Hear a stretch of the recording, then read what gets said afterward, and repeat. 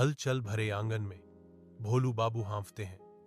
उनके माथे पर पसीना चमक रहा है क्योंकि वह झाड़ू लगाते हैं। छठ पूजा के उत्साह से घर गूंजता है। मेहमानों का आना जाना लगा रहता है। माथे पर हाथ फेरते हुए भोलू अपनी कोशिशें दोगुनी कर देता है। डूबते सूरज की तात्कालिकता उस पर हावी हो रही है। सोना की आवाज उत्सव के माहौल में गूंजती है। अरे भोलू, जल्दी करो, सूरज डूबने वाला है और अभी तक सब कुछ साफ नहीं हुआ है। धूप से सराबोर आंगन में भोलू की नजर एक पुराने ट्रंक पर टिक जाती है, जो धूल और भूली हुई यादों के वर्षों में ढका हुआ एक अवशेष है। अदम्य जिज्ञासा से प्रेरित होकर वह भारी ढक्कन को खोलता है, जिससे भीतर के रहस्य उजागर होते हैं। रेशम के कपड़ों का झरना निकलता है। उनके जीवंत रंग समय के साथ मंद पड़ गए हैं। कपड़ों के नीचे पुरानी तस्वीरें हैं। उनकी फीकी छवियां बीते युग की कहानियों को फुसफुसाती हैं। खजाने के बीच पीतल के बर्तन मंद रूप से चमकते हैं, जो जीवन के मौन प्रमाण में धूप को दर्शाते हैं। एक तस्वीर जवानी की एक झलक कैद करती है। सोना के साथ साझा किए गए प्यार की एक मार्मिक याद दिलाती है, जब दुनिया वादे से भरी हुई थी।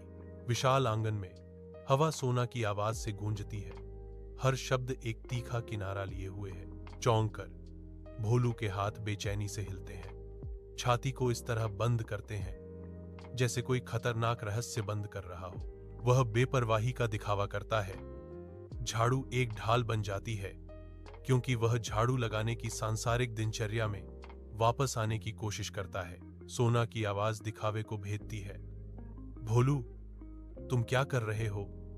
सवाल भारी है, संदेह से भरा हुआ। मिट्टी के दियों की हल्की रोशनी में घर छठ पूजा के लिए तैयार है। साये रहस्यों के साथ नाच रहे हैं। हवा धूप और उत्सव के व्यंजनों की मधुर सुगंध से भारी है, जो हवा में एक मौन वादा कर रही है। भोलू की आवाज सन्नाटे को तोड़ती है। उसकी आंखों में एक डरावना रहस्योद्घाटन। मैंने देखा कि ट्रंक में क्या था। सोना। सोना की आंखें चमकती हैं, अनकहे भावों से भरी हुई। उसके भीतर एक शांत तूफान इकट्ठा हो रहा है। एक आलिंगन, कोमल और गहरा, उनके बंधन को सील करता है। साझा यादों की भूल भुलैया में खोया हुआ। इस पवित्र रात में छठ पूजा के बीच भोलू और सोना अपने स्थायी प्रेम की गहरी गहराइयों को फिर से खोजते हैं।